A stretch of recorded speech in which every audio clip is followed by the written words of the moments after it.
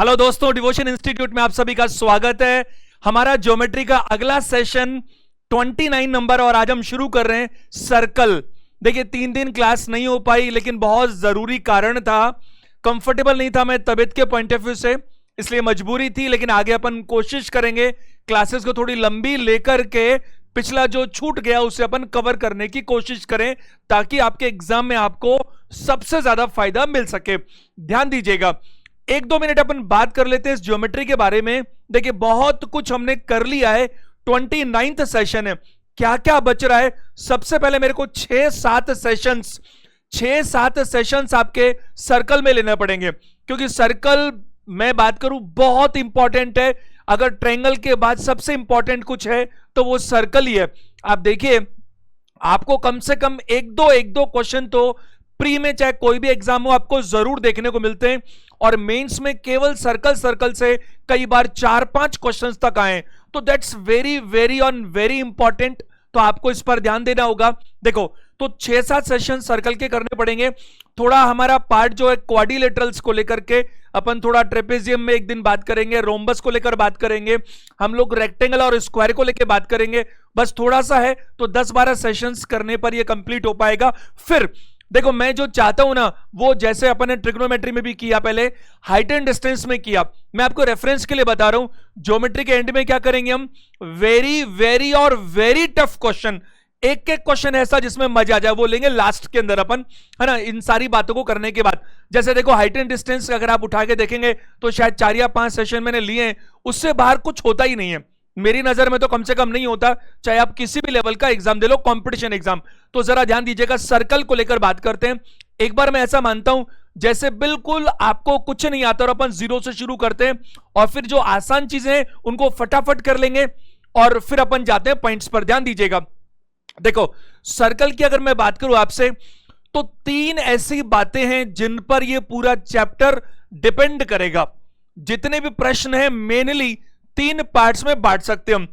एक हम बात करेंगे कोड से रिलेटेड, कोड का मतलब होता है जीवा, मैं आपको बताऊंगा अभी। दूसरा होता है आर्क से रिलेटेड, आर्क का मतलब होता है चाप, है ना। और तीसरा हम बात करेंगे टेंजेंट लाइन, यानी कि स्पर्श रेखा। इन 3 से रिलेटेड तो जितनी भी थियरम्स हैं, जितने भी कॉन्सेप्ट्स हैं, तो पहले हम एक एक करके बात कर लेते हैं। तो मैं शुरुआत करता हूं आर्क से, यानी कि चाप से, जो वृत्त का चाप है उससे रिलेटेड क्या थ्योरम्स हैं, क्या क्वेश्चंस बनते हैं। फिर कोड की बात करेंगे, फिर टेंजेंट लाइन की बात करेंगे, फिर इन सबको मिक्स करके बात करेंगे बहुत ही बढ़िया से। आप रेगुलर देखिए, एक सेकंड को कीमत समझिए, नोट कीजिए। मेरा प्रॉमिस है आपसे, सर्कल में कुछ बाकी नहीं रहेगा, और जब ज्योमेट्री कंप्लीट करूंगा तो इसमें कुछ बाकी नहीं रहेगा। जरा ध्यान दीजिएगा सारे के सारे बच्चे, सर्कल अगर सर्कल है तो सेंटर तो होगा ही होगा, और जो सेंटर है इसको अपन ओ बोलते हैं। ऐसा मैथमेटिशियंस ने शुरू से रखा, तो मैं अलग क्यों रखूं। ये जो सेंटर है ये ओ है, और ये जो सर्कल का आपको जो मैंने सर्कल बनाया, इसे क्या बोलते हैं, इसे बोलते हैं सर्कल की परिधि। क्या बोलते हैं इसे, परिधि, सर्कमफ्रेंसेस। तो it is nothing but the circumferences, यानी कि इसकी क्या बताइए, परिधि। देखिए आपको बहुत सारी बातें पता है, मुझे मालूम है, लेकिन 2 मिनट लगेगा, अपन जरा सी बात कर लेंगे तो पूरा अच्छा रहेगा। अगर मैं इस ओ से यानी कि इस सर्कल के सेंटर से इस परिधि पर कहीं भी टच करने वाली लाइन बनाता हूं, अगर कहीं भी बनाता हूं, तो मैं इसे क्या बोलता हूं, इसे आप जानते हैं, इसे हम क्या बोलते हैं, रेडियस। क्या बोलते हैं इसे, रेडियस, यानी कि त्रिज्या। आप इसको बहुत अच्छे से जानते हैं। जरा और थोड़ा सा ध्यान दीजिएगा, थोड़ा और अटेंशन दीजिएगा इस सर्कल पर, ध्यान से सुनिएगा मैं क्या कह रहा हूं, क्योंकि आज मैं जो बात करूंगा वो बेसिक बातें करूंगा, यानी कि सारी बातें आपको बताऊंगा, और आर्क को शुरू भी कर लूंगा। जरा देखो, इस सर्कल के कोई भी 2 पॉइंट उठा लीजिएगा जो दिल करें। कहां पर उठाएंगे, परिधि पर। मैं आपको बताऊंगा परिधि और एरिया पर कैसे कैसे सारी बातें देखते हैं, आपको बहुत फायदा मिलने वाला है। देखो, अगर इसकी परिधि पर कोई भी 2 पॉइंट उठाएं और उनको मिला दें, तो वो कहलाती है जीवा, यानी कि कोड। जैसे देखिए, आप देखेंगे यहां पर, तो आपको क्या मिलेगा, ये 2 पॉइंट है, ये पॉइंट ए मान लेते हैं, ये पॉइंट बी मान लेते हैं। क्या ये दोनों पॉइंट्स इसकी परिधि पर है? हां, इसकी परिधि पर है। इन दोनों को मिला देते हैं। ये अपन ने ए को बी से मिला दिया, तो ये जो मिला ये क्या कहलाएगी बताइए? ये कहलाएगी कोड। ये क्या कहलाएगी? कोड, यानी कि जीवा। क्या मेरी बात आप समझ पा रहे हैं? अब जरा थोड़ा और आगे चलिएगा। अगर मान लीजिए मैं इस रेडियस को, रेडियस का मतलब है सर्कल का जो सेंटर है वहां से परिधि पर कहीं पर भी मिला लें, कहीं पर भी मतलब जहां दिल करे वहां मिला लें। तो अगर मान लीजिए मैं इसको इस तरफ मिला दूं, अगर मान लीजिए मैं इसको इस तरफ मिला दूं सपोज, और मान लीजिए ये मैं रखता C और ये रखता D, तो मुझे बताइए ये OD क्या है? ये रेडियस है। और OC क्या है? ये भी रेडियस है। तो एक बात बताइए CD क्या है? अगर मैं CD की बात करूंगा तो CD क्या है? CD एक कोड नजर आ रही है। क्यों? क्योंकि ये हमारी कोड की डेफिनेशन को कंप्लीट करती है, यानी कि परिधि के कोई भी दो पॉइंट्स को मिलाने वाली लाइन को क्या बोलते हैं हम लोग? हम बोलते हैं उसे कोड, यानी कि जीवा। आप जरा ध्यान दीजिएगा, ये जो कोड है ये डायमीटर है। ये क्या है बताइए? डायमीटर है। डायमीटर का मतलब क्या बोलते हैं अपन? इसे बोलते हैं अपन व्यास। डायमीटर, वो थोड़ा आगे लिख दिया मैंने, कोई बात नहीं। डायमीटर यानी कि ये क्या है बताइए? इसका व्यास। व्यास अगर मैं बात करूं तो डायमीटर को क्या मैं ऐसा कह सकता हूं इस व्यास को कि ये इस सर्कल की लॉन्गेस्ट कॉर्ड है। इसे क्या कहते हैं बताइए? इसकी लॉन्गेस्ट कॉर्ड यानी कि सबसे लंबी जीवा भी यही है। इसको हम दो तरह से बोल सकते हैं। कई बार एग्जाम में पूछा गया किसी सर्कल की सबसे लंबी जो कोड है उसे क्या बोलते हैं? तो उसे बोलते हैं हम क्या बताइए? उसे कहते हैं डायमीटर। दूसरे एंगल से अगर हम ऐसा भी कह सकते हैं कि अगर कोई कोड यानी कि जीवा किसी सर्कल के सेंटर से गुजरती हो, अगर कोई कोड यानी कि जीवा सर्कल के सेंटर से गुजरती हो, तो वही जीवा उस सर्कल की डायमीटर भी है और वही सबसे लंबी कोड भी कहलाएगी। थोड़ा आपसे पक्ष भी चाहता हूं। वो क्या चाहता हूं? पहली बात, मैं बोलने वाला काम ज्यादा करूंगा, लिखने वाला बोर्ड पर कम करूंगा। कुछ बच्चों को शिकायत रहती है कि सर आप वर्बल ज्यादा करते हो क्वेश्चंस में स्पेशली। तो आप देखिए, जब मैं ऑफलाइन क्लासेस की बात करता हूं तो वहां मैं ऐसा कम करता हूं, वहां मैं लिखता भी बहुत ज्यादा हूं। लेकिन यहां पर क्या चाहता हूं मैं, क्योंकि आप वीडियो को पॉज करके लिख सकते हो, मेरी बात समझ रहे हो? आप मुझे रोक सकते हो, पॉज किया, नोट कर लिया, तो थोड़ा सा तो स्मार्ट काम करो कम से कम, बताइए है कि नहीं? तो थोड़ा ऐसा करें। और अगर आपको चीजें अच्छी लगती है ना, तो आप मेरा मोटिवेशन बढ़ाने के लिए इसे सीरियसली बहुत अच्छे से शेयर करें।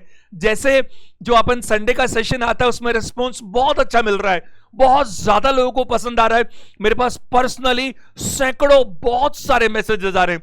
तो कोशिश करें आप इसको भी बहुत अच्छा करें। जरा बोर्ड पे देखिएगा, ये मैं यहां पर अगर आपसे बात करूं, ढंग से सुनना मेरी बात को। यहां पर ये जो आपको दिख रही है ए बी, ये जो आपको दिख रही है ए बी, ये ए बी क्या है? इस परिधि का ये हिस्सा है। ये परिधि का क्या है बताइए? हिस्सा है। थोड़ा अगले पेज पे बना लेते हैं अपन, है ना? यहां पर स्ट्रगल होगा, अपने पास स्पेस की कमी थोड़ी है। जरा इधर देखिएगा, मैंने आपसे कहा, ढंग से सुनिएगा, मैंने कहा आपको किसी भी सर्कल के कोई भी दो पॉइंट अगर अपन उठाएं और इन दो पॉइंट्स को मिलाने वाली जो रेखा है इसे हम क्या कहते हैं बताइए? कोड। जैसा मैंने आपको कहा। अब जो मैं आपको बता रहा हूं जरा ध्यान से सुनिएगा, सब बच्चे अटेंशन दीजिएगा। देखो, अगर मैं यहां पर आपसे बात करूं कि कुछ इस तरह से कि ये जो ए बी है, ये जो ए बी है, ये आपको कहां नजर आ रहा है बताइए? ये ए बी आपको कहां नजर आ रहा है? किसका हिस्सा है ये सर्कल की परिधि का हिस्सा है। ये सर्कल की परिधि का हिस्सा है। और ये जो आपको नजर आ रहा है, ये जो नजर आ रहा है आपको, ये वाला पार्ट, ये क्या है बताइए? ये भी सर्कल का ही हिस्सा है। तो इस परिधि पर अगर कोई भी हिस्सा मिलेगा आपको तो उसे आप आर्क कहेंगे। क्या कहेंगे बताइए? आर्क।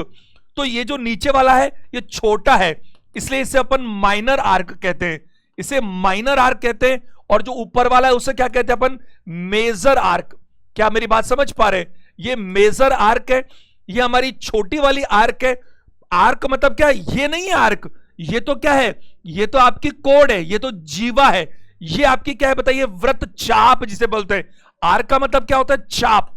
क्या? लघु चाप और दीर्घ चाप। हिंदी में जरूरत नहीं इतनी, आप समझ पा रहे हैं? चार्क। ये बहुत इंपॉर्टेंट बातें, छोटी छोटी जो हमारे बहुत काम आती है।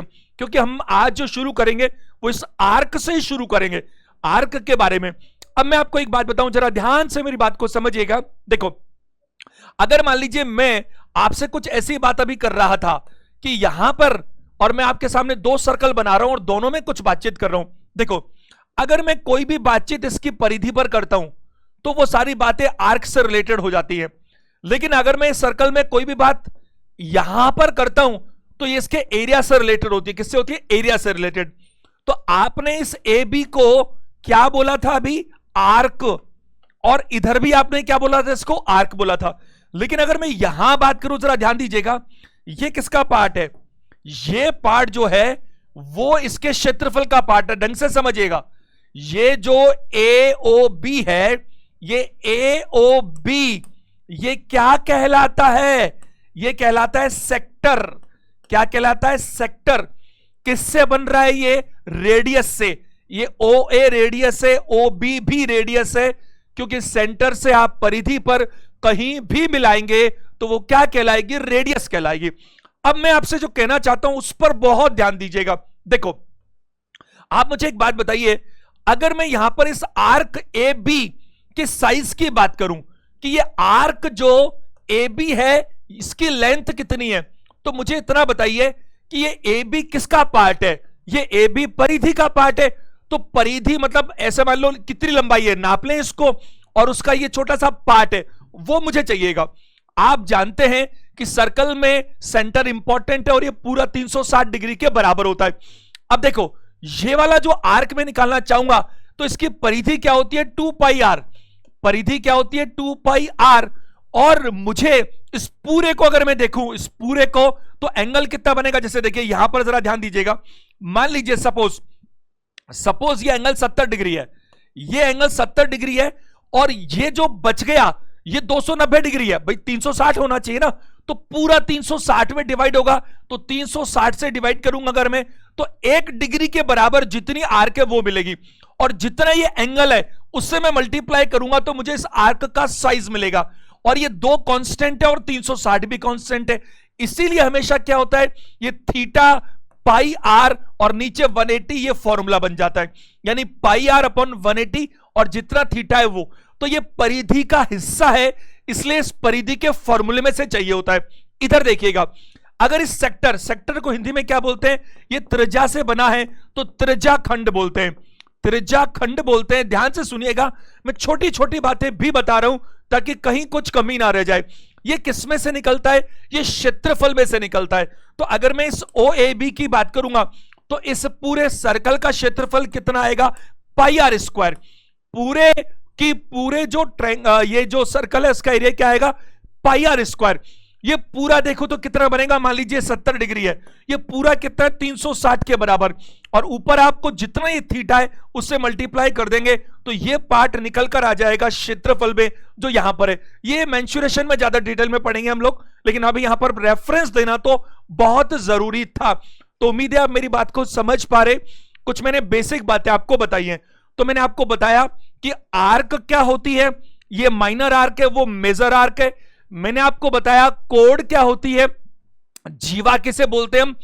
मैंने अब आपको एक तीसरी चीज बताता हूं टेंजेंट के बारे में, जरा ध्यान दीजिएगा। अगर मैं बात करूं, ये मेरा सर्कल है, ये सेंटर है, ये ओ रहना ही रहना है। कहीं पर भी कोई भी लाइन, टेंजेंट सबसे बड़ा रहेगा इन तीनों में। सिर्फ रेफरेंस दे रहा हूं अभी मैं आपको। अगर आप किसी भी लाइन को यहां पर इसकी कहीं पर भी सरकमफ्रेंस से टच करते हुए निकालेंगे, ए बी, ये ए बी और ये इस पॉइंट पे टच कर रही है, तो यही इसकी स्पर्श रेखा है। क्या है बताइए? स्पर्श रेखा है, टेंजेंट लाइन है, इसे बोलते हैं हम टेंजेंट लाइन ए बी। और हम इसके बारे में डिटेल में बातचीत करेंगे इसके साथ में जब क्वेश्चंस लेंगे तब। तो शुरुआत करते हैं हम लोग किसके साथ में? सबसे पहले आप लोग हेडिंग डाल दीजिए आर्क रिलेटेड क्वेश्चंस। तो हमारी सबसे पहले बातचीत होगी आर्क से रिलेटेड, कि आर्क को लेकर के क्या क्या बातें होनी चाहिए। जरा बोर्ड पे देखिएगा, कुछ बातें आर्क से मैं बात कर रहा हूं, आर्क रिलेटेड क्वेश्चंस की जगह कह सकते हैं थ्योरम्स, आर्क रिलेटेड थ्योरम्स। तो आर्क से रिलेटेड मैं आपको 4-5 बातें बताऊंगा, बहुत ही बढ़िया, और मैं आपको वो फिर दिखाऊंगा कि एग्जाम में कैसे कैसे प्रश्न आपसे पूछे जा रहे हैं। कृपया बोर्ड पर ध्यान दीजिएगा। देखो, अगर आप लोग बहुत ज्यादा अटेंटिवली मेरी बात को सुनते हैं तो मैं जानबूझकर थोड़ा स्लो चलता हूं ताकि यहीं पर आपको चीजें समझ में आ जाएं, साथ के साथ समझ में आ जाएं। एक बार जरा पेन डाउन करके मेरी बात को ध्यान से सुनिएगा। देखो, अगर मैं आपसे बात करता हूं आर्क से रिलेटेड, तो पहली बात मैं जो करने जा रहा हूं वो जरा देखिएगा। मैंने आपको कहा था कि हम दो तरह की आर्क देख पाते हैं, एक माइनर और एक मेजर। एक माइनर और एक मेजर क्या होती है मैं आपको बता चुका हूं। एक बार जरा देखिएगा, अगर मैं आर्क का मतलब है कि आर्क से रिलेटेड कोई भी बात करूंगा, इसका मतलब यह होगा कि मैं इस परिधि पर कोई हिस्से की बात करूंगा। तो ये पॉइंट ए है, ये पॉइंट बी है, ये पॉइंट ए है, ये पॉइंट बी है। और अगर हम बातचीत करें, ध्यान दीजिएगा, ये जो ए बी है, ये ए बी है, यही आर्क है। तो पहला कॉन्सेप्ट, कॉन्सेप्ट 1 आप जो डालेंगे, ध्यान से सुनिएगा, पहला कॉन्सेप्ट क्या बोलता है, अटेंशन दीजिएगा सारे के सारे बच्चे। ये आर्क ए बी, ये आर्क ए बी सेंटर पर, आप में से कुछ लोग जानते भी होंगे, लेकिन मैं तो ये मानूंगा ना कुछ नहीं पता, तभी अपन को फायदा मिलेगा इस चीज का।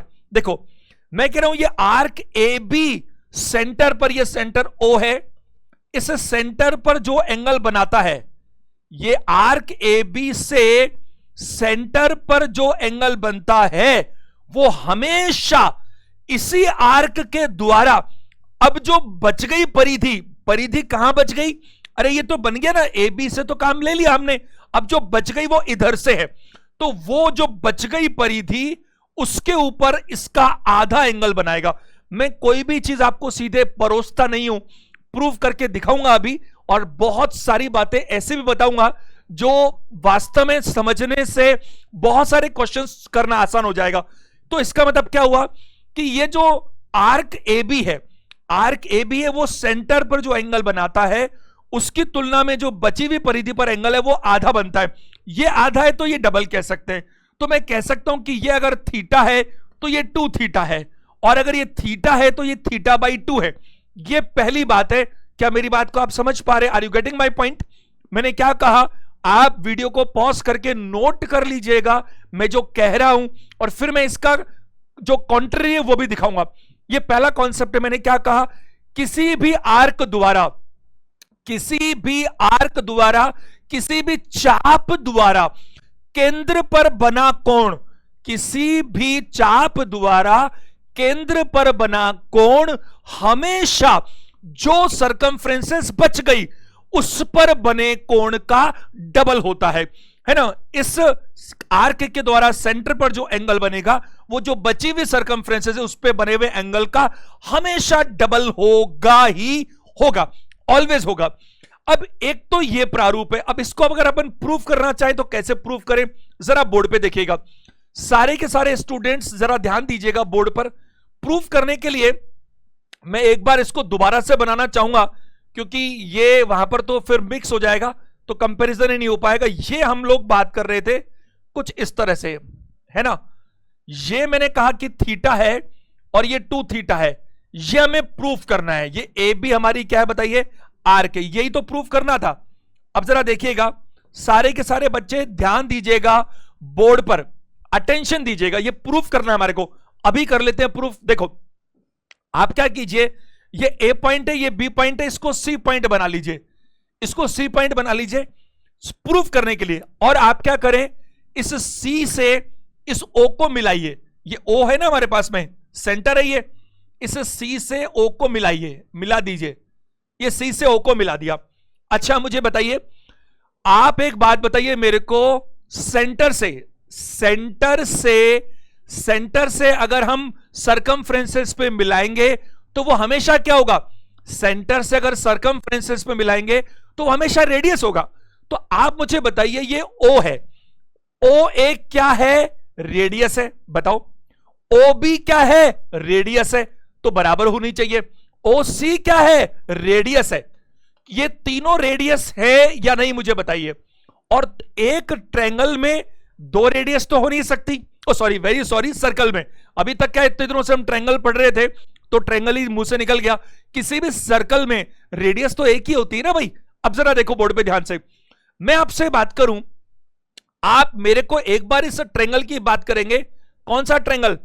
AOC। ट्रायंगल AOC को देखिए जरा ध्यान से, अटेंशन से। देखो एक बात मैं शुरू से कहता आया हूं, हड़बड़ी की जरूरत नहीं है, क्वांटिटी की जरूरत नहीं है ना। मैं बिल्कुल स्पष्ट रूप से आपको कह रहा हूं, मैं किसी डेट को फोकस करके कभी नहीं पढ़ाता, ऑफलाइन में भी नहीं पढ़ाता, ऑनलाइन में भी नहीं पढ़ाता। डेट को फोकस करके, जैसे मान लीजिए कोई बैच शुरू किया, उसके 1 या 1.5 या 2 महीने बाद में कोई एग्जाम है, तो उस डेट को फोकस करने के चक्कर में क्या होता है कि फिर आपका वो कोर्स ही ढंग से नहीं होता। तो इसलिए बच्चों को तो पता होता है एग्जाम होते रहेंगे, तो उनको कंटिन्यूअस प्रिपरेशन करते रहने चाहिए, है ना। क्योंकि जैसे मैथमेटिक्स अगर हम कंप्लीट कवर करना चाहते हैं तरीके से, तमीज से, तो कम 8, 9, 10 महीने का टाइम टीचर के साथ लगना चाहिए। इतना लंबा टाइम जरूरी है। अब जरा बोर्ड पे देखिएगा सारे के सारे बच्चे, अगर इस ट्रायंगल AOC की बात करूं, इस AOC की बात करूं तो बताइए, ये OC भी रेडियस था और OA भी रेडियस है, तो क्या ये दोनों बराबर है? और अगर ये दोनों बराबर है तो ये आइसोसेलेस ट्रायंगल हुआ। अगर ये दोनों बराबर है तो कौन सा ट्रायंगल हुआ? आइसोसेलेस ट्रायंगल हुआ। तो फिर ये जो मेरे पास में यहां पर, अब एक बार ये थीटा भूल जाइएगा, तो ये थीटा 2 थीटा भूल जाइए। अगर मैं बात करूं ये वाला पार्ट अगर फाई है सपोज, तो ये वाला पार्ट भी फाई होना चाहिए। बताओ होना चाहिए कि नहीं होना चाहिए? अरे आइसोसेलेस ट्रायंगल है, अगर ये दोनों साइड्स बराबर है तो ये दोनों एंगल भी तो बराबर होने चाहिए। अब आप एक बार ट्रायंगल बात कीजिएगा मेरे साथ, OBC, या आप यहां पर A से शुरू किया था, B से शुरू कर लो, BOC की बात कर लो। अगर BOC की बात करें तो ये जो OC है और जो OB है, ये OC और OB दोनों रेडियस ही तो हैं, दोनों रेडियस है तो दोनों बराबर है, दोनों बराबर है तो फिर ये एंगल बराबर होना चाहिए। अगर ये बीटा है तो ये भी बीटा होना चाहिए। क्या मेरी बात समझ पा रहे हैं? ऐसा ही होगा, ये आप जानते हैं। ये ट्रायंगल में हम पहले ढेरों बार पढ़ चुके। अब एक बात बताइए मेरे को, इसको 2 थीटा को छोड़ो, इस लाइन को जो CO बनाई हमने रेडियस, इसको अपन आगे तक बढ़ा लेते हैं, नीचे तक समझने के लिए।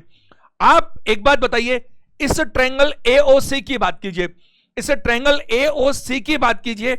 अगर मैं आपसे बात करूं, ये जो पॉइंट मैंने बनाया, ये जो मैंने पॉइंट बनाया येलो कलर से, ये क्या है? ये इस O का एक्सटीरियर एंगल है इस ट्रायंगल के लिए।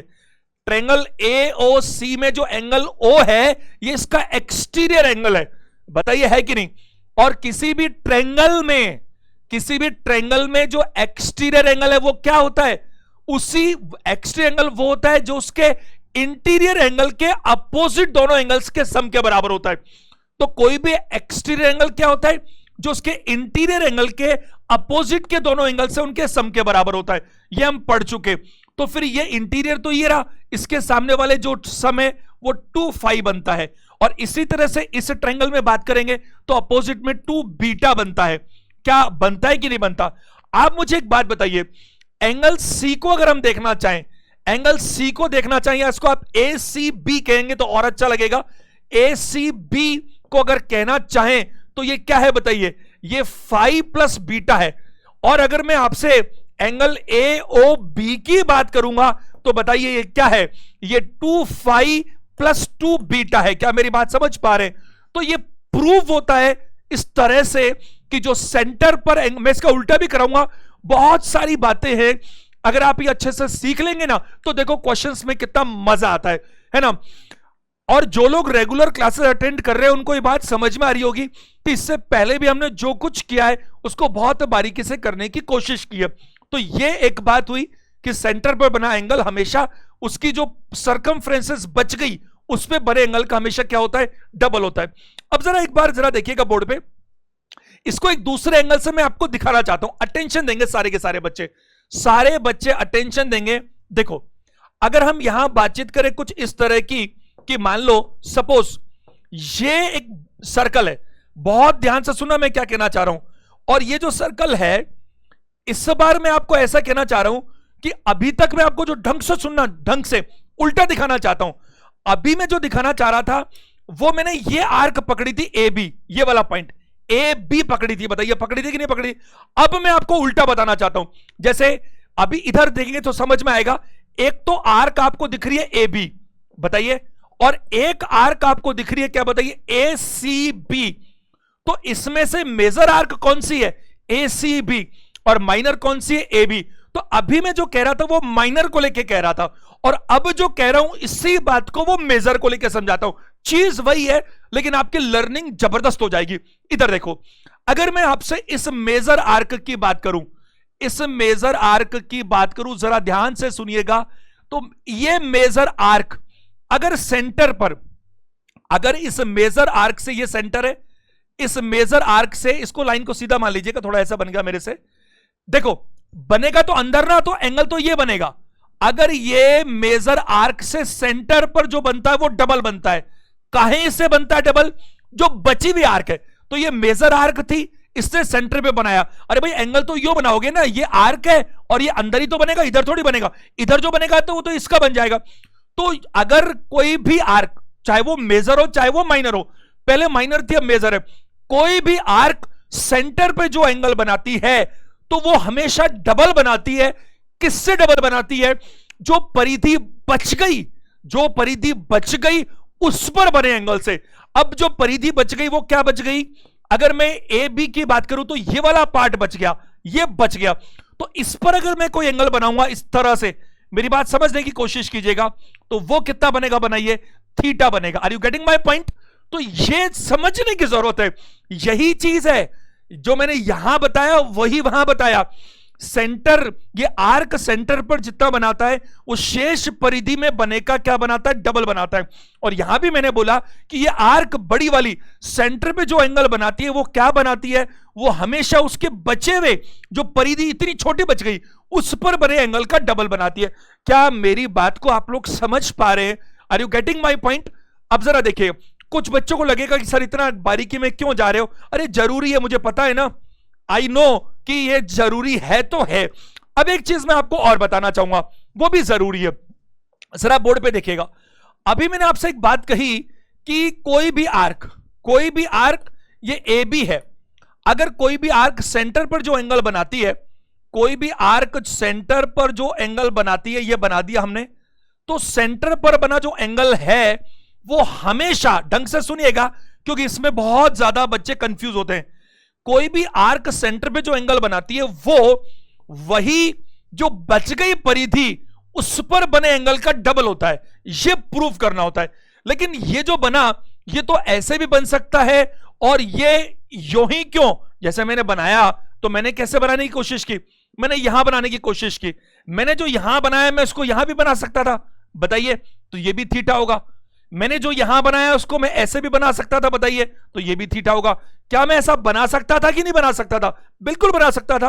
अब जरा देखिए, अगर मैं आपको ऐसा कहूं तो ये जो रिमेनिंग सरकमफ्रेंसेस बच गई, इस पर कहीं भी बनाओ, अगर ये 2 थीटा है, डबल होगा किसका, जो बनेगा उसका। तो मैं क्या ऐसा बना दूं, अगर मान लीजिए सपोज कि कुछ यहां पर ऐसा बना दूं, तो ये ए और पी पॉइंट मिल गए ना, बताइए।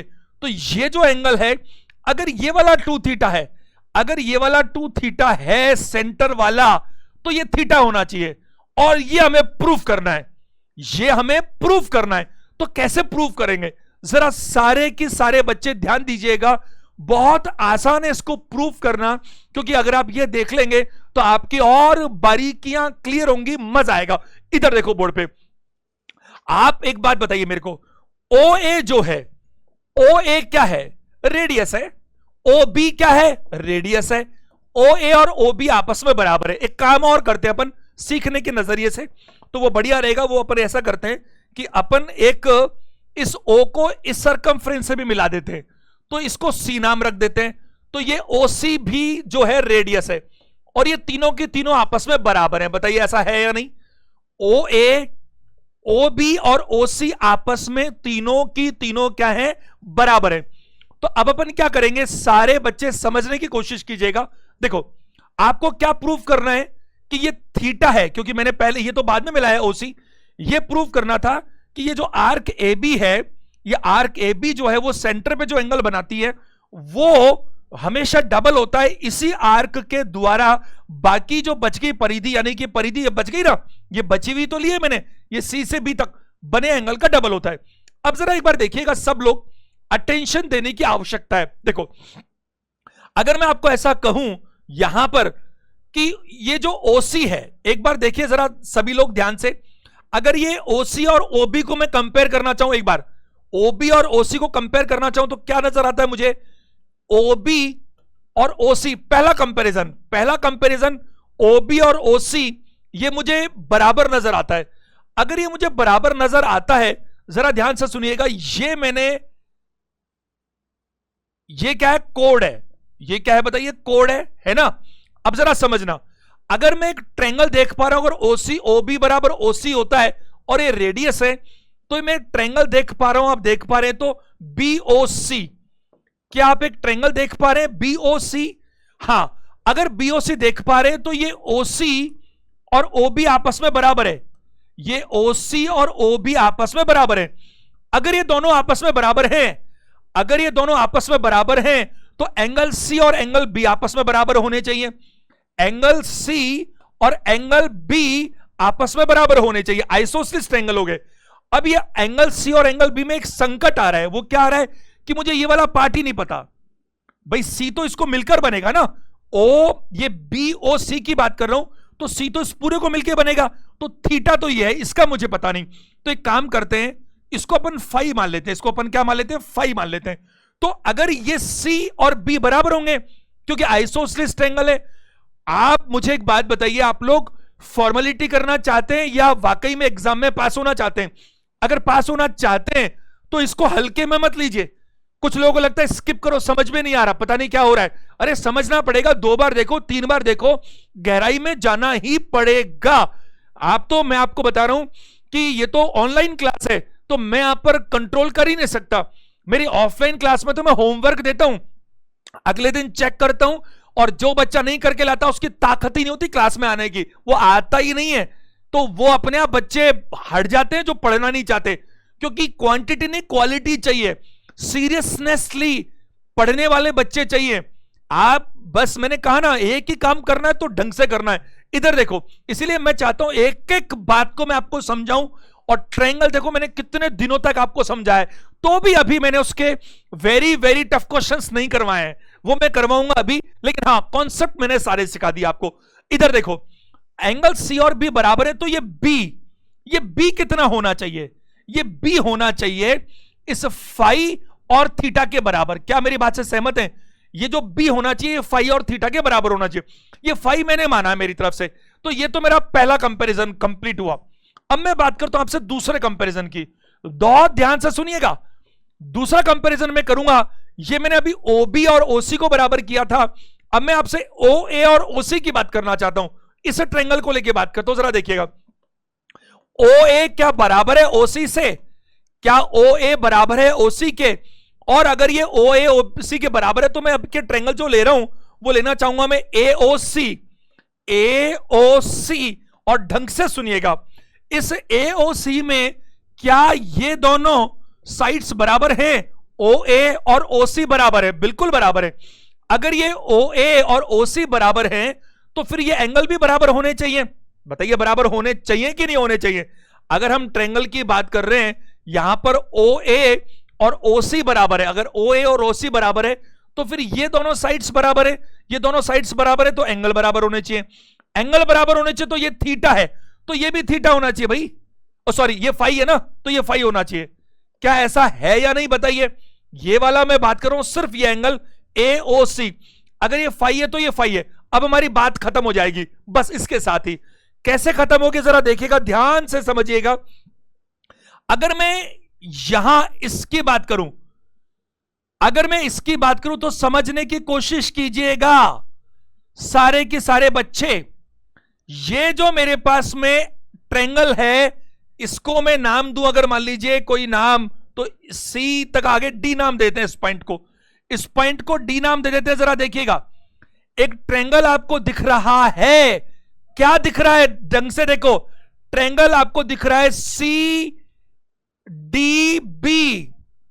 सी डी बी के पॉइंट ऑफ व्यू से ये जो है, ये क्या है? Exterior angle. इस ट्रायंगल सी डी बी के पॉइंट ऑफ व्यू से एक्सटीरियर एंगल है, और एक्सटीरियर एंगल हमेशा क्या होता है? इसी के इंटीरियर एंगल के अपोजिट एंगल्स का सम। तो इस पॉइंट ऑफ व्यू से, इस ट्रायंगल के पॉइंट ऑफ व्यू से ये कितना बनेगा? ये बनेगा theta plus phi, theta plus phi. मैं इसको 2 थीटा प्लस फाई भी लिख सकता था, तो लिखना चाहिए था मेरे को, कोई बात नहीं। अब इधर देखिए, सारे बच्चे समझिएगा। अब एक नया ट्रायंगल आपको दिखाता हूं मैं, इधर वाला OAD। अगर मैं इस ट्रायंगल के पॉइंट ऑफ व्यू से बात करूं, OAD के पॉइंट ऑफ व्यू से बात करूं, तो ये एक्सटीरियर एंगल है। और इस एक्सटीरियर एंगल का मतलब क्या है? इसके इंटीरियर एंगल के अपोजिट के सम के बराबर। तो ये किसके बराबर है बताइए? ये बराबर है 5 + 2 थीटा। ये किसके बराबर है? 5 + 2 theta. Are you getting my point? तो ये वाला जो पॉइंट बराबर है वो किसके बराबर था? 2 थीटा। क्योंकि ये वाला, तो ये एंगल, ये मैंने ट्रायंगल लिया पूरा, तो ये कितना है? Theta plus 2 theta plus 5।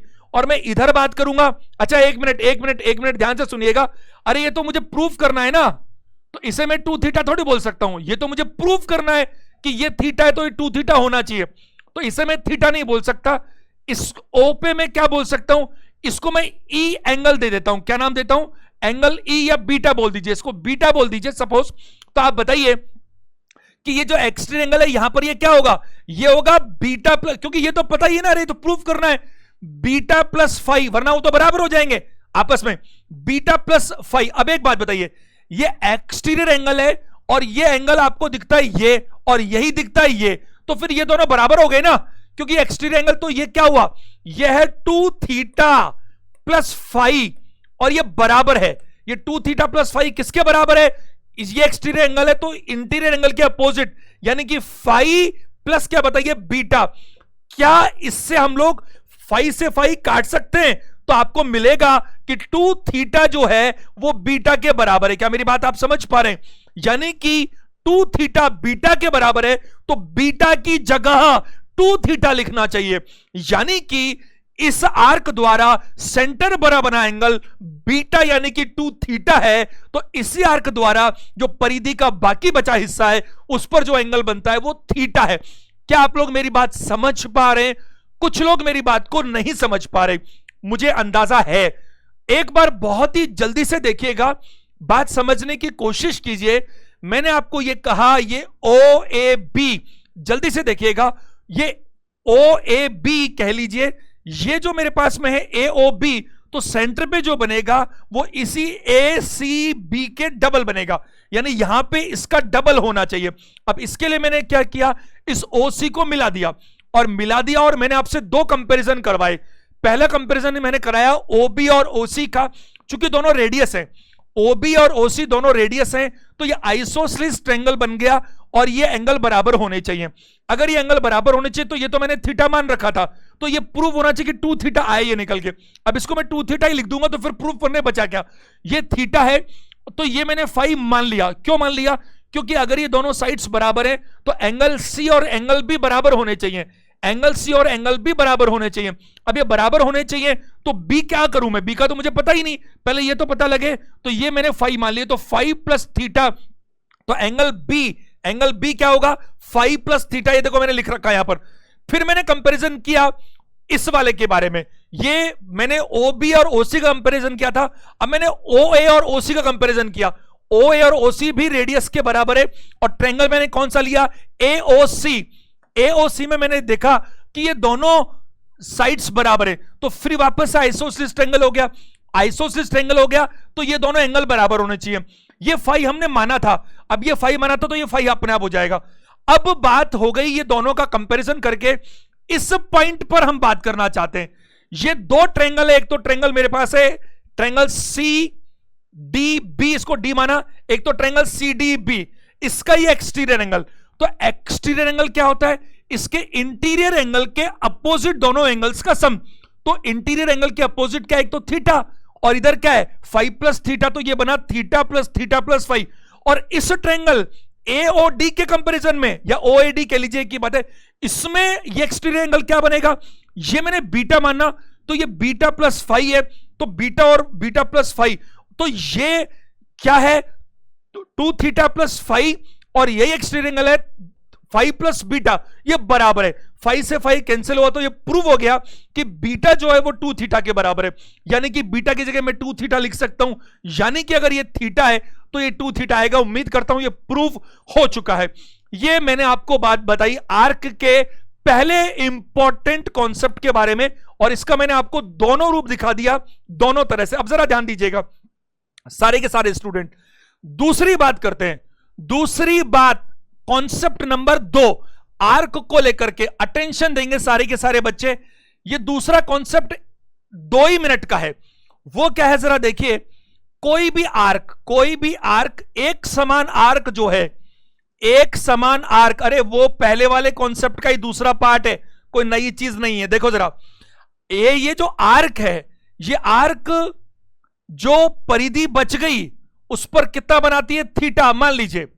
तो क्या ये कोड है यहां पर मैं बात करूं आपसे, यही आर्क यहां पर भी थीटा बनाएगी, यही थीटा। कोड की जरूरत नहीं है आपको, इसको लगाएं ना लगाएं कोई फर्क नहीं पड़ता, ये तो आपको क्लियरिटी है इसलिए मैंने बताया।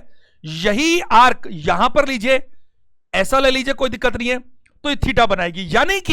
यानी कि रिजल्ट क्या बना, ये यहां ले लीजिए कोई दिक्कत नहीं है, ये क्या बनाएगी बताइए, थीटा बनाएगी।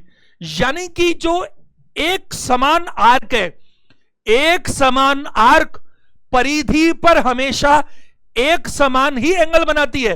तो इक्वल आर्क जो है, सेम आर्क जो है, ये आर्क ए बी है। ये जो बच गई परिधि उसकी बात कर रहा हूं मैं, इसको तो छोड़ दो। जो परिधि बच गई उस पर आप चाहे कहीं पर भी बना लीजिएगा, वो एंगल हमेशा बराबर बनेगा। अरे क्या ये कॉन्सेप्ट नंबर 1 का ही थोड़ा सुधरावा रूप नहीं है? उसमें भी हम क्या कर रहे थे, यही तो कर रहे थे। अच्छा, परिधि पर ढंग से सुनना, परिधि पर जो ये बन रहा है, तो अगर इसी आर्क से मैं सेंटर पे बनाऊं तो क्या बनेगा, अरे सेंटर पे बनाऊंगा तो डबल ही तो बनेगा। तो ले दे करके वही है, कहने के लिए 2 बातें बोल दी, वरना 2 बात है नहीं, बात एक ही है। एक बात मैं आपको और बताना चाहता हूं, कभी कोई आपको इस तरह से बोल दे कि कोई आर्क ऐसी है जो परिधि पर, जो कोई आर्क ऐसी है जिससे उसकी परिधि पर इक्वल एंगल बन रहे हैं, तो आप समझ लीजिएगा कि वो किसी सर्कल की बात कर रहा है, क्योंकि ऐसे में यहां पर सर्कल ड्रॉ किया जा सकता है। आई होप आप मेरी बात को समझ पा रहे। और आर्क के बारे में एक तीसरी बात बताना भी जरूरी है, वो भी जरा ध्यान दीजिएगा, ये भी एग्जाम में बहुत इंपॉर्टेंट बात है, जरा देखिएगा। अगर मैं इस आर्क की बात करूं तो जैसे मैंने यहां पर कोड बनाई थी छोटी ए बी, अगर मान लीजिए मैं कोड बनाऊं कुछ इस तरह से बनाने का मतलब क्या हो गया, डायमीटर हो गया इसका। ये क्या हो गया बताइए, डायमीटर हो गया, क्योंकि इसको हमने सेंटर से ले लिया है। इसको कहां से ले लिया, सेंटर से। तो अगर ये जो डायमीटर है, अगर मैं भाई ये आर्क तो ये हो गई ना, मेरी बात समझ पा रहे हैं? आप इसे कह सकते हैं सेमी सर्कल, आप इसे क्या कह सकते हैं, ज्यादा अच्छा होगा, सेमी सर्कल। तो सेमी सर्कल यानी अर्धवृत्त में जो बना कोण होता है वो हमेशा 90 डिग्री का होता है। ये हम पहले भी डिस्कस कर चुके हैं। आप मुझे एक बात बताइए, ये जो एंगल है, ये एंगल कितना होगा, स्ट्रेट लाइन पर है इसलिए 180 डिग्री होगा। ये पहली क्लास में ही हो गया था, स्ट्रेट लाइन पर 180 डिग्री होगा। तो सेंटर में अगर 180 है, अगर ये आर्क ये वाली सेंटर पर 180 बना रही है, तो जो बच गई परिधि उस पर कितना बनाएगी बताइए, उस पर बनाएगी 90 डिग्री। चूंकि 90 डिग्री इसलिए मैं ऐसा बना रहा हूं। क्या मेरी बात आप समझ पा रहे हैं? चाहे आप कैसे भी बना लीजिएगा, ये हमेशा कितना बनाएगी बताइए, 90 डिग्री बनाएगी, 90 डिग्री का कोण बनाएगी। क्या आप लोग बात को समझ पा रहे हैं? Are you getting this point? तो आप हमेशा ध्यान रखिएगा, अर्धवृत्त जो है, सेमी सर्कल जो है, वो हमेशा अंदर कितने डिग्री का कोण बनाता है, 90 डिग्री का कोण बनाता है। इसके बारे में अगर अपन थोड़ी सी चर्चा कर ले तो कोई बुराई नहीं है। जरा एक बार बोर्ड पे देखिएगा, अगर मैं आपके सामने सिर्फ सेमी सर्कल बनाऊं, वो तो मैंने बनाने के लिए आपको पूरा सर्कल बना दिया था कि आपको मैं सिखा सकूं, इसके लिए जरा एक बार देखिएगा। अगर मैं यहां बात करता हूं तो ये पूरा मुझे चाहिए, है ना, क्योंकि ये दोनों पॉइंट तो टच होने चाहिए। तो ये अगर मान लीजिए सपोज ये तो O है, ये A है, ये B है, ये C है, और मैंने कहा कि ये 90 डिग्री होता है, ये 90 डिग्री होता है, ये हमें प्रूव करना है एक बार के लिए। सपोज एक बार, वैसे तो मैंने आपको बता ही दिया, क्योंकि अगर आपको ये क्लियर है कि ये 180 है तो वो 90 होगा, बट अगर हम प्रूव करना चाहे तो कैसे प्रूव कर सकते हैं, एक बार देखिएगा। अगर मान लीजिए मैं यहां पर इसको मिला दूं इस सी को ओ से, अगर मैं इस सी को ओ से मिला दूं तो मुझे आप इतनी सी जानकारी दे दीजिएगा कि क्या ये ओ सी रेडियस है, क्या ये ओ ए रेडियस है, क्या ओ बी रेडियस है। तो ओ ए बराबर है ओ बी के और ओ बी बराबर है ओ सी के, और ये तीनों किसके बराबर है बताइए, रेडियस के। तो अगर हम यहां पर देखना चाहें, पहले इस ट्रायंगल की बात कर लेते हैं। अगर मैं ट्रायंगल ओ ए सी की बात करूं, ए ओ सी बोलना ज्यादा बेटर, कोई बात नहीं, एक ही बात है, कोई ज्यादा फर्क नहीं पड़ता। अगर ये दोनों साइड्स बराबर हैं तो ये दोनों एंगल भी बराबर होने चाहिए। अगर ये फाई है तो ये भी फाई होना चाहिए। अगर ये दोनों साइड्स बराबर है तो दोनों एंगल बराबर होने चाहिए। क्या ये दोनों साइड्स बराबर है? हां, ये दोनों साइड्स बराबर हैं, ये दोनों साइड्स बराबर है, तो ये दोनों एंगल बराबर होने चाहिए। अगर ये थीटा है तो ये भी थीटा होना चाहिए। किसी भी ट्रायंगल के इंटीरियर एंगल्स का सम, तीनों एंगल्स का सम हमेशा 180 डिग्री होता है, ये आपको पता है। तो ये फाई है, ये फाई है, ये थीटा है, तो दो बार तो फाई आ गया और दो बार थीटा आ गया। ये मिलाकर के जो एंगल बनता है ये बनता है 180 डिग्री। तो अगर मैं दो कॉमन निकाल लेता हूं तो फाई प्लस थीटा वो कितना बनता बताइए, 90 डिग्री। और यहां पर अगर अपन देखना चाहें, क्या मेरी बात को समझ पा रहे हैं? अगर इस जगह पर आप देखना चाहें तो आपको क्या दिख रहा है बताइए, फाई प्लस थीटा ही नजर आ रहा है, जो अपने आप में कितना होता है बताइए, 90 डिग्री। क्या आप लोग मेरी बात को समझ पा रहे हैं? तो बहुत बहुत और बहुत आसान सी चीजें, छोटी छोटी चीजें, लेकिन बहुत ज्यादा इंपॉर्टेंट है। That's very very important. अब इसके बेसिस हम कुछ क्वेश्चंस देख लेते हैं, ध्यान दीजिएगा। प्रश्न संख्या 156, अटेंशन दीजिएगा, क्या बोल रहा है वो। उसने कहा कि in the figure below ABC is an equilateral triangle. मैं उम्मीद करता हूं आप लोगों से ट्रायंगल में करवा चुका हूं, तो उससे रिलेटेड कुछ चीजें आएंगी तो वो आगे शामिल होती चली जाएं। जरा देखिए, इसने कहा एबीसी एक इक्विलेटरल ट्रायंगल है, find angle D and E. D और ई की बात कर रहा है वो आपसे, तो मैं समझता हूं कि डी तो 60 होना चाहिए, बिल्कुल क्लियर कट दिख रहा है, और 60 केवल एक ही ऑप्शन में है, तो आंसर तो डी हो चुका।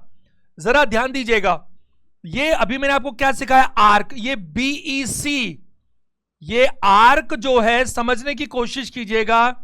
ये आर्क जो बची हुई परिधि है उसमें हमेशा इक्वल एंगल बनाती है, मैंने अभी तो बताया आपको, सेंटर इसने दिया नहीं, इसकी जरूरत भी नहीं है। ये आर्क जरा देखो, अगर ये यहां पर 60 बना रही है तो यहां पर भी कितना बनाएगी, 60 बनाएगी। तो ये तो क्लियर हो गया कि एंगल डी जो है वो क्या होगा बताइए, 60 डिग्री होगा। अब बात करें, क्या पूछा उसने, ई, तो ये 60 है तो ये 120 बचेगा, तो 120 वैसे भी अभी मैं आपको आज बताऊंगा, थोड़ी देर रुक जाइए। एक साइक्लिक क्वाड्रिलेटरल नजर आ रहा है, ए बी ई सी, ये देखो ए बी ई सी एक साइक्लिक क्वाड्रिलेटरल है। 2-4 मिनट रुक जाइए, आज ही मैं शुरू करा दूंगा इसको, तो अपन देख लेंगे, क्योंकि साइक्लिक क्वाड्रिलेटरल में आमने सामने वाले एंगल्स का सम हमेशा 180 डिग्री होता है। क्यों, क्या, वो मैं बताता हूं आपको। तो ये 120 बनेगा। क्वेश्चन नंबर 157 देखिएगा क्या बोल रहा है। ये सब एग्जाम में आए हुए क्वेश्चन है सारे के सारे। एक सर्कल में सेंटर ओ दिख ही रहा है हमारे को, और इसकी जो सर्कमफ्रेंसेस है वो दी गई है। तो पी क्यू की लंबाई, यानी इस आर्क की लंबाई चाहिए। आप जरा एक बार ध्यान दीजिएगा, ये जो आर्क है पी क्यू, ये आर्क जो है अगर सर्कमफ्रेंसेस पे 45 डिग्री का एंगल बना रही है तो सेंटर पर डबल बनाएगी कि नहीं बनाएगी, यानी 90 डिग्री का बनाएगी। बताइए बनाएगी कि नहीं बनाएगी। तो आपने टोटल परिधि 90 बता रखी है, 1/4 कर दीजिए, 22.5 आंसर होगा ऑप्शन नंबर बी। आप जरा देखिए, मैंने आपको आज ही बताया था कि अगर आर्क का हिस्सा चाहिए तो परिधि में से आता है, और परिधि कितनी है, 2πr होती है, और आपको ये 90 डिग्री चाहिए। तो वैसे लिखना नहीं चाहिए, लेकिन सिखाने के लिए बोल रहा हूं। 360 का मतलब है 1 डिग्री की वैल्यू आ गई है, ये 360 में बटा हुआ है कितना, ये 90, क्योंकि 90 डिग्री है तो उसी प्रोपोर्शन में ये आर्क होगी, यानी कि चौथा हिस्सा होगा। और ये परिधि ऑलरेडी दे रखी है आपको 90 सेंटीमीटर, तो इस 2πr की वैल्यू ऑलरेडी अवेलेबल है 90 सेंटीमीटर। ये 4 बार कटता है, तो 90 में 4 से डिवाइड करेंगे तो क्या आएगा, 22.5 सेंटीमीटर। जरा ध्यान दीजिएगा, मैंने आपको क्या सिखाया था कि अगर आर्क में देखना चाहता हूं तो परिधि में से बांटूंगा, लेकिन अगर मान लीजिए मैं सेक्टर की बात करता, सपोज ये सेक्टर, ये क्वेश्चन तो खत्म हो चुका, मान लो वो आपसे ये वाला पार्ट पूछता कि ये कितना है, तो फिर मैं क्या करता, जो पाई आर स्क्वायर है उसका चौथा हिस्सा करता तो वही 360 से डिवाइड और 90 से मल्टीप्लाई, बट ये आता। तो सेक्टर हमेशा बढ़ता है एरिया में से और आर्क बढ़ती है हमेशा सरकमफ्रेंसेस में से। क्वेश्चन नंबर 158 देखिएगा, उसने कहा which of the following information is sufficient to answer the question, theta का वैल्यू क्या होगा। तो थीटा का वैल्यू क्या होगा, दो इंफॉर्मेशन दी, इंफॉर्मेशन 1, इंफॉर्मेशन 2, ऑप्शंस है पहली और दूसरी दोनों इनसफिशिएंट है, दूसरा है या तो फर्स्ट दे दो या सेकंड दे दो, सी ए केवल सेकंड से निकल जाएगा, डी ए केवल फर्स्ट से निकल जाएगा। तो जरा ध्यान दीजिएगा, आपको पता है इस थीटा की वैल्यू 60 डिग्री नजर आ रही है मुझे इसी से, क्योंकि इस आर्क ने अगर सरकमफ्रेंसेस पे 30 बनाया है तो सेंटर पर 60 बनाएगा। बिल्कुल सिंपल क्वेश्चंस लिए, एक बार कॉन्सेप्ट तो क्लियर हो। तो इस पहले इंफॉर्मेशन से तो आंसर निकलता है, इससे नहीं निकलता। क्यों नहीं निकलता, क्योंकि थीटा की वैल्यू कुछ भी हो सकती है, 30 भी हो सकती है, 40 भी हो सकती है, 50 हो सकती है, कुछ भी हो सकती है, 0 से बड़ी और 90 से छोटी। तो दूसरे की जरूरत ही नहीं है, अकेले पहले से आंसर निकलता है। तो ऑप्शन नंबर डी देना चाहिए। ऑप्शन नंबर डी का मतलब क्या है, ओनली फर्स्ट जो है वो सफिशिएंट है आंसर देने के लिए। प्रश्न संख्या 159 आपके सीजीएल प्री में पूछा गया क्वेश्चन है, ध्यान दीजिएगा सबके सारे स्टूडेंट्स, एवरीबॉडी। देखो इन द गिवन फिगर, ये फिगर यहां पर आपको दिख रहा है, ए बी सी एक ट्रायंगल मुझे दिख रहा है, वैसे B O C B triangle दिख रहा है, B O A B triangle दिख रहा है। क्या बोलता है जरा देखिए, O is the centre of the circle. ये आप इस पे मत जाना कि ये सेंटर आपको दिख नहीं रहा, तो आपको तो सेंटर में दिख ही नहीं रहा। आपको ये देखना है कि उसने क्या बोला है, जो उसने बोला है वो हमें मानकर चलना है। O is the centre of the circle and C O B is 66 degree. C O B यानी ये वाला एंगल जो है, ये वाला एंगल, ये उसने कहा कि 66 डिग्री है, 66 डिग्री है ये वाला एंगल। क्या पूछा आपसे, बी ए सी 33 आंसर दे दीजिएगा, 33। Option number B is the right answer. अरे कितना ज्यादा आसान प्रश्न है। आप देखिए आर्क बीसी जो है, ये रहा देखो आर्क बीसी, मैं हाईलाइट कर रहा हूं, ये आर्क बीसी है और ये आर्क बीसी जो सेंटर में एंगल बना रहा है, आर्क बीसी जो सेंटर में एंगल बना रहा है वो 66 बना रहा है। तो यही आर्क जो बचा हुआ जो सरकमफ्रेंसेस है उस पे जो एंगल बनाएगा वो सेंटर के एंगल का आधा ही तो होगा। तो वो कितना होना चाहिए, 33 डिग्री।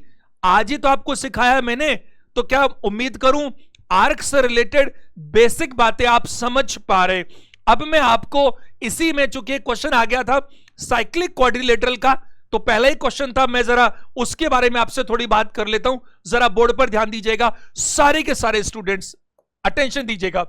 साइक्लिक क्वाड्रिलेटरल की बात करेंगे हम, इसका मतलब क्या होता है, इसको बोलते हैं हम चक्रीय चतुर्भुज। चक्रीय चतुर्भुज, और मैं बात करूं आपसे, बहुत ही ध्यान से समझिएगा, सिर्फ एकमात्र डेफिनेशन क्या है इसकी, एकमात्र डेफिनेशन यह है। आप देखो एक बात बताओ, सर्कल थोड़ा ऐसा बन गया, कोई बात नहीं। किसी ट्रायंगल में कितने वर्टेक्सेस होते हैं, 3 वर्टेक्सेस होते हैं, और हम इन सर्कल और सर्कम सर्कल बनाते हैं। इस पर बेसिस हमने 2 सेंटर भी पढ़े, वो हम ऑलरेडी कर चुके हैं। ये क्वाड्रिलेटरल की बात हो रही है। क्वाड्रिलेटरल में कितने वर्टेक्स होते हैं, 4 वर्टेक्स होते हैं। ढंग से सुनिएगा, एग्जाम में बहुत ज्यादा प्रश्न आते हैं और आसान नहीं आते, शुरुआत आसान से कर रहा हूं, लेकिन चक्रीय चतुर्भुज क्वाड्रिलेटरल कौन सा वाला, साइक्लिक मतलब सर्कल के अंदर बना हुआ क्वाड्रिलेटरल, इस तरह से बना हुआ क्वाड्रिलेटरल, ताकि उस क्वाड्रिलेटरल के चारों वर्टेक्सेस जो हैं वो सर्कल की सरकमफ्रेंसेस को टच करें, तो उसे कहते हैं साइकिल क्वाड्रिलेटरल। फिर उसकी कुछ प्रॉपर्टीज की बात करेंगे। आपका जो दिल करे वो 4 पॉइंट बना लो, जो मन करे। जैसे मान लीजिए अगर अपन बात करें, सपोज कलर अपन को बीच बीच में चेंज करते रहना है ताकि समझ में आ पाए। देखो जरा ध्यान से अटेंशन दीजिएगा सारे के सारे बच्चे। अगर ये है एक पॉइंट, ये है दूसरा पॉइंट, ये है तीसरा पॉइंट, ये है चौथा पॉइंट, कोई भी जो दिल करे वो 4 पॉइंट बना दिए। ये पॉइंट ए है, ये बी है, ये सी है और ये डी है। इन चारों को मिला दीजिए। ए से बी को मिलाया, बी से सी को मिलाया, सी से इसको मिलाया, डी को, और ये मिला दिया। तो ये जो मेरे को दिख रहा है यहां पर, ये जो मेरे को दिख रहा है यहां पर, ये है साइक्लिक क्वाड्रिलेटरल। अब इसकी जो प्रॉपर्टी है, सबसे पहली मैं साइक्लिक क्वाड्रिलेटरल के बारे में 4-5 बातें बताने वाला हूं। उसमें सबसे इंपॉर्टेंट, सबसे इजी जो पहली प्रॉपर्टी वो क्या बनती है, जरा बोर्ड पे देखिएगा कि जो आमने सामने वाले साइक्लिक क्वाड्रिलेटरल की डेफिनेशन क्या बताई मैंने, ऐसा क्वाड्रिलेटरल, ऐसा चतुर्भुज जिसके चारों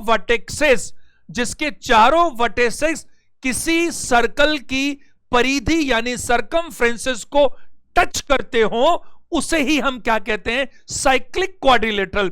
अब यहां जरा देखिए, इसकी पहली प्रॉपर्टी क्या है, अपोजिट एंगल्स जो हैं उनका सम हमेशा 180 डिग्री होगा। क्यों होगा वो मैं जवाब दूंगा। मैंने कहा अपोजिट एंगल्स, तो एंगल ए जो है इसके अपोजिट में एंगल सी है, एंगल ए के अपोजिट में एंगल सी है, और एंगल बी के अपोजिट में एंगल डी है, और इनका सम बराबर होना चाहिए। बराबर होना चाहिए मतलब 180 डिग्री होना चाहिए। ये इसकी पहली प्रॉपर्टी निकल कर आती है, 180 डिग्री। अपोजिट एंगल्स का सम, एंगल ए की बात कीजिए, एंगल सी को मिला दीजिए, एंगल ए और सी मिलाकर 180 बनेंगे, एंगल बी और एंगल डी भी मिलाकर 180 बनेंगे। अब ये प्रूव करें, हम लोग कर लेते हैं, बहुत आसान प्रूव है। जरा देखिए तो, एक सेंटर है कोई ना कोई, ये रहा सेंटर। अब आप क्या करें, जरा ध्यान से मेरी बात को सुनने की कोशिश कीजिएगा।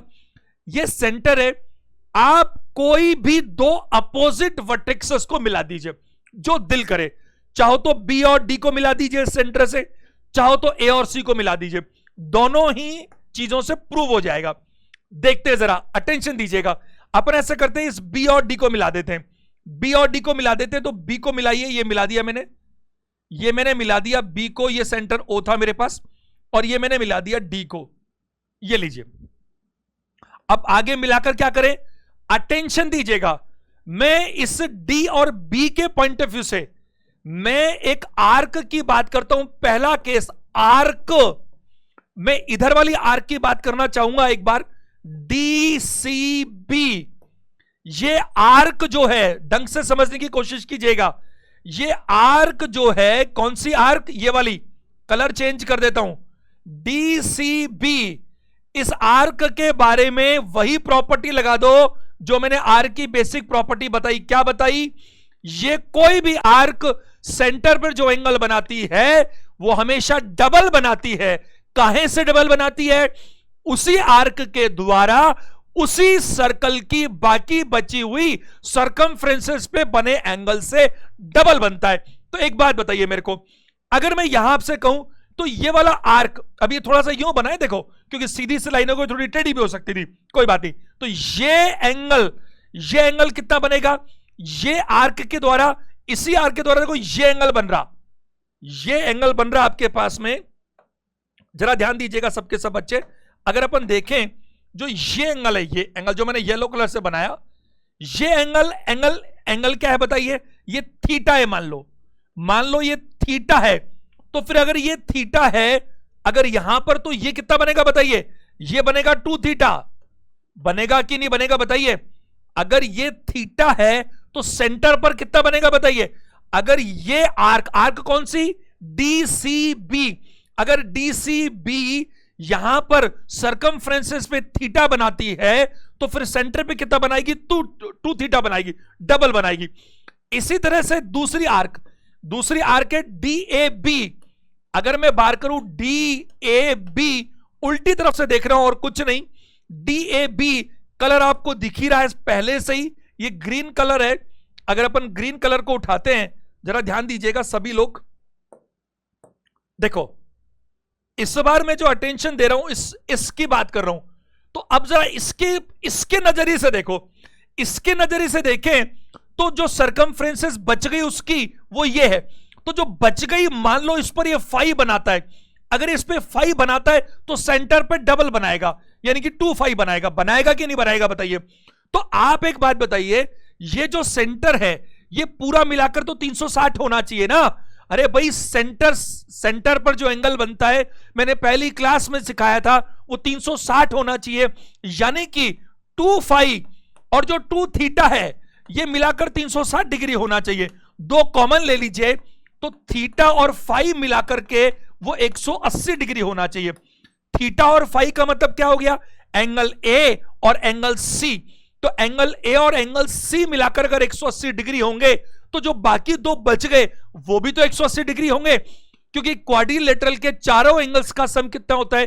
360 डिग्री होता है। एक दिन हम सेशन लेंगे पॉलीगन्स का, उसमें सारे इंटीरियर एक्सटीरियर सारी बातें बताऊंगा बहुत अच्छे से, बट अभी उसकी जरूरत नहीं है। क्या मेरी बात आप समझ पा रहे? तो जो ये अपना साइक्लिक क्वाड्रिलेटरल है, इसका जो पहला बेसिक कॉन्सेप्ट है वो मैंने आपको बताने की कोशिश की यहां पर। इसके बारे में बहुत सारी और बातें हैं जिसको अपन कल कंटिन्यू करेंगे।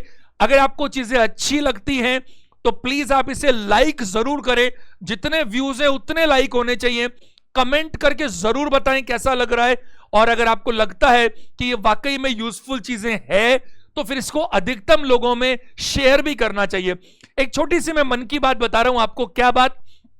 एक बड़ा ही मार्मिक, एक बड़ा ही इमोशनल कमेंट था 4-5 दिन पहले। एक स्टूडेंट ने कमेंट किया, उसने कहा सर आप जो है ये ज्योमेट्री ले रहे हो उसको तो ले लो, कोई बात नहीं। क्योंकि उसके बाद में ना देखो उसने क्या लिखा, उसने ऐसा कहा कि मेरे को ट्रिग्नोमेट्री का टी भी नहीं आता था, ट्रिग्नोमेट्री में मेरे को कुछ नहीं आता था और इतना डर लगता था।